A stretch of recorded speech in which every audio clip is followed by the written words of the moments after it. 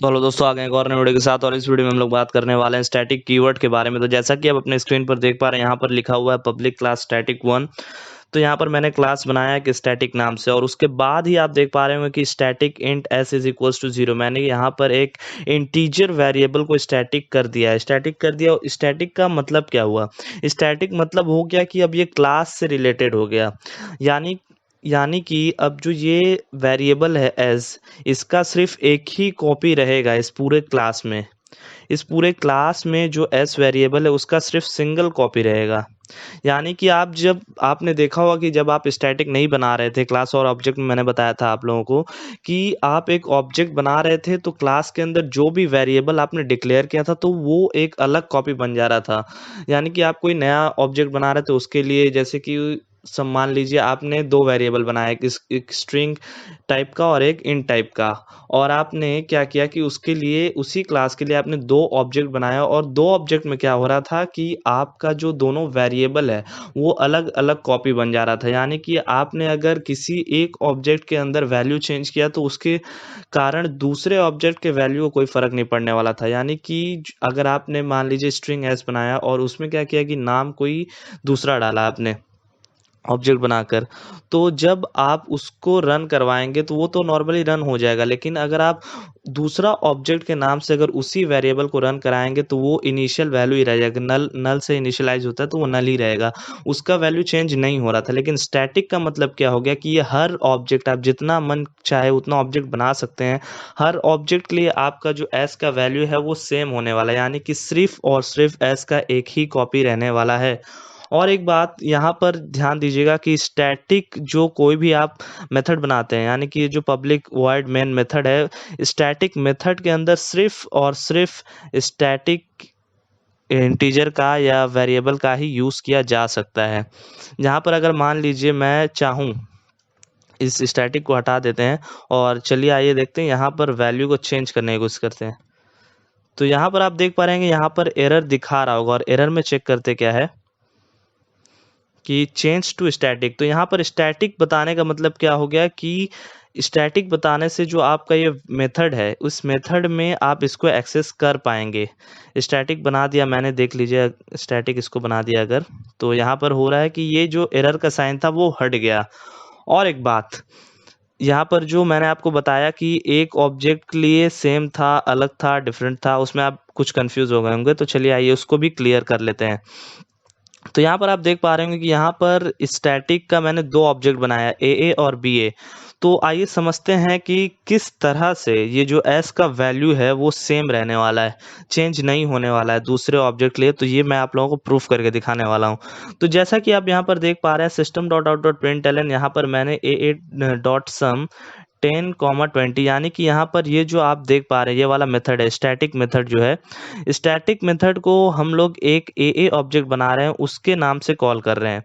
उसके नाम से कॉल करने से क्या हो रहा है कि यहाँ पर एस का वैल्यू चेंज हो जा रहा है। यहाँ पर मैंने भेजा है 10 और 20, तो यहाँ पर सिंपली प्लस करने के बाद एस का वैल्यू रिटर्न हो रहा है 30। तो यहाँ पर तो प्रिंट होना चाहिए 30। और हम लोग जो पिछले क्लास और ऑब्जेक्ट के देख रहे थे केसेस, उसमें स्टैटिक अगर नहीं बनाए हुए थे तो बीए का वैल्यू क्या था कि नॉर्मल जो था वो एक नया बन जा रहा था, यानी कि एस का वैल्यू 0 ही रह जा रहा था। लेकिन यहाँ पर आप देख रहे होंगे कि एस का वैल्यू भी यहाँ पर 30 आ रहा होगा। तो चलिए आइए इसको प्रिंट कर देखते हैं।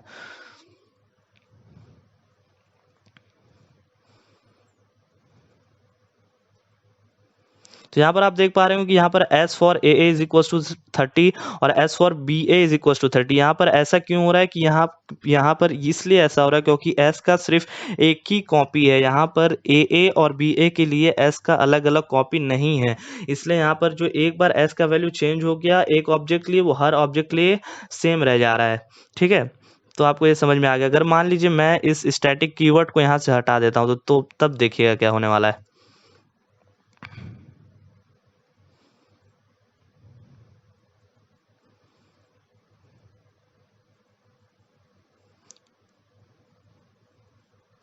तो यहाँ पर आप देख पा रहे हैं कि यहाँ पर एक्सेप्शन थ्रो कर रहा है। क्यों एक्सेप्शन थ्रो कर रहा है? क्योंकि यहाँ पर जो आपने एक स्टैटिक मेथड बनाया है, स्टैटिक मेथड के अंदर सिर्फ और सिर्फ स्टैटिक वेरिएबल का ही इस्तेमाल किया जा सकता है। स्टैटिक मेथड के अंदर सिर्फ और सिर्फ स्टैटिक वेरिएबल का इस्तेमाल ही किया जा सकता है, ठीक है। तो यहाँ से एक काम करते हैं कि इस वाले स्टैटिक को हटा देते हैं। तो अब देखिए क्या होगा।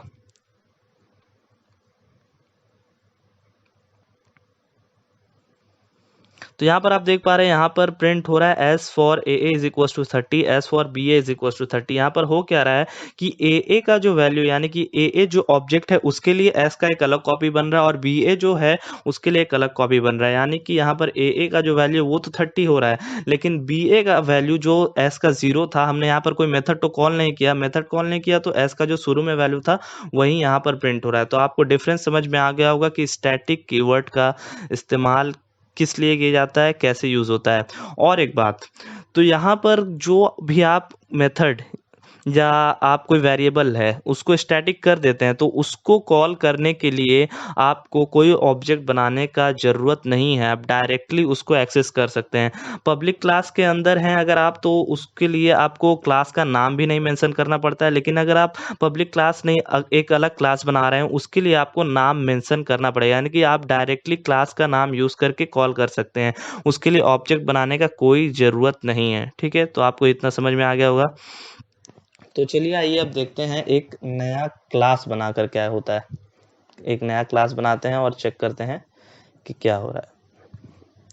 तो यहाँ पर मैंने एक क्लास बनाया हुआ है, यहाँ पर गेम्स नाम से एक क्लास बनाया और स्टैटिक कर दिया स्ट्रिंग नेम्स और स्टैटिक कर दिया void plus system dot out dot println. तो यहाँ पर पहले जब भी आपने देखा होगा कि यहाँ पर हम लोग जो भी मेथड बनाते हैं उसको हम लोग क्या करते हैं, ऑब्जेक्ट के द्वारा कॉल करते हैं, लेकिन यहाँ पर हम लोग ऑब्जेक्ट के द्वारा नहीं, डायरेक्ट क्लासेस के द्वारा कॉल करने वाले हैं। तो यहाँ पर आइए इसको प्रिंट चेंज कर देखते हैं। चलिए आइए, तो यहाँ पर गेम्स नाम है, तो कैसे चेंज करना है वो देख लीजिए। आप ऑब्जेक्ट बना के भी चेंज कर सकते हैं, लेकिन उस वो कोई अंतर नहीं बताएगा। आप यहाँ पर क्लास का नाम बना के ही डायरेक्ट चेंज कर सकते हैं।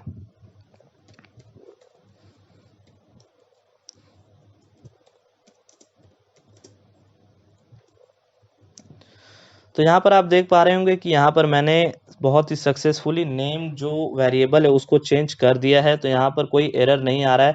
अगर आप चाहें तो इसको प्रिंट भी करा सकते हैं, तो चलिए आइए इसको प्रिंट करा कर भी देख लेते हैं। तो यहाँ पर प्रिंट कराते हैं, तो यहाँ पर हम लोग प्रिंट करा दिए हैं। तो देखिए अब कि देखते हैं कि वैल्यू चेंज हो भी रहा है या कि नहीं। तो यहाँ पर आप देख पा रहे हैं, यहाँ पर simply God of war print हो जा रहा है, यानी कि यहाँ पर मैंने जो चेंज किया था नाम वो सक्सेसफुली चेंज हो चुका है। तो अगर आप किसी दूसरे क्लास के वेरिएबल को एक्सेस कर रहे हैं तो नाम मेंशन करना जरूरी है, और अगर आप सेम क्लास के अंदर यानी कि यहाँ पर अगर नेम्स को एक्सेस करना चाहते हैं तो नेम्स को एक्सेस करने के लिए आपको क्लास को मेंशन करना ज़रूरी नहीं है। तो जैसे कि यहाँ पर मान लीजिए मैंने चेंज कर दिया, कुछ भी नाम डाल दिया, तो यहाँ पर मैंने कुछ भी एक नाम डाल दिया, तो आप यहाँ पर देख रहे होंगे कि यहाँ पर कोई एरर नहीं शो कर रहा है। क्यों नहीं शो कर रहा है? क्योंकि यहाँ पर ये डायरेक्टली समझ गया कि हम लोग इसी क्लास का बात कर रहे हैं, और अगर आप किसी दूसरे क्लास में इस वेरिएबल को कॉल करना चाहते हैं तो आपको क्लास का नाम मेंशन करना होगा। तो समझ लीजिए कि कोई एक होटल है, ठीक है, उसके अंदर क्या हुआ कि बहुत सारा रूम्स है, तो उसके लिए क्या आपको एक आईडी कार्ड लगता है या कुछ भी लगता है जो आप बनवाते हैं कि आपको इस होटल के आपका रूम ये है, आपका रूम वो है। तो उसी तरीके से क्या होता है कि जब आप स्टैटिक नहीं बनाते हैं तो आपका हर ऑब्जेक्ट यानी कि हर पर्सन के लिए आपका एक अलग कमरा होता है, लेकिन जब आप उसको स्टैटिक बना देते हैं वो कॉमन हो जाता है। तो होटल का जो कॉमन होता है यानी कि जैसे कि हॉल होता है, तो वो तो सबके लिए कॉमन, वहाँ पे सब आ जा सकता है। तो उसी तरीका से स्टैटिक बनाने से क्या हुआ कि वो एक सिंगल हो गया, यानी कि सिंगल वेरिएबल हो गया। सिंगल वेरिएबल होने के कारण वो सबके लिए एक्सेसिबल होगा। हॉल तो सबके लिए एक्सेसिबल होता है, लेकिन रूम्स वगैरह जो होता है वो डिफरेंट पर्सन के लिए डिफरेंट डिफरेंट होता है। तो उसी तरह यहाँ पर वेरिएबल का भी यूज़ हो रहा है स्टैटिक के द्वारा। तो आपको ये सारा जो बेसिक फंडा था ये आपको समझ में आ गया होगा। तो चलिए यहीं पर वीडियो को एंड करते हैं। तब तक के लिए बाय।